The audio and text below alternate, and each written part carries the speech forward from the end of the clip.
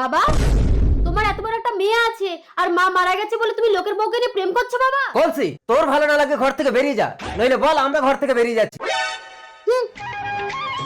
এই চলো জান, জান চলো আমরাই চলে যাই। এই বাচ্চা কি করব? তোমার স্বামীর বাচ্চা এখানে রেখে দিয়ে চলো আমরা অন্য কোথাও গিয়ে সংসার করবো জান। চলো। তাড়াতাড়ি চলো। কাঁদিস না কলসি, আমি তোকে বর দিচ্ছি। আমার বর কোনোদিন খন্ডায় না। তুই বাড়ি গিয়ে প্রথমে যার মুখ দেখবি সেই তোর বর হবে। না না, বাড়ি গিয়ে আমি যদি বাবার মুখ দেখি তাহলে তো বাবা আমার, না না, আমি মাথা নিচু করে ঘরে ঢুকবো। তার মানে এইটুকু বাচ্চা আমার বড় হবে? কাঁদে না স্বামী। তারপর একদিন এক রাজকুমার এলো। কে এই অপরূপা? আমি পাহাড়পুরের রাজকুমার সাহিল। তুমি আমাকে বিয়ে করবে সুন্দরী? আমি বিবাহিত রাজকুমার, আমার কোলে আমার স্বামী।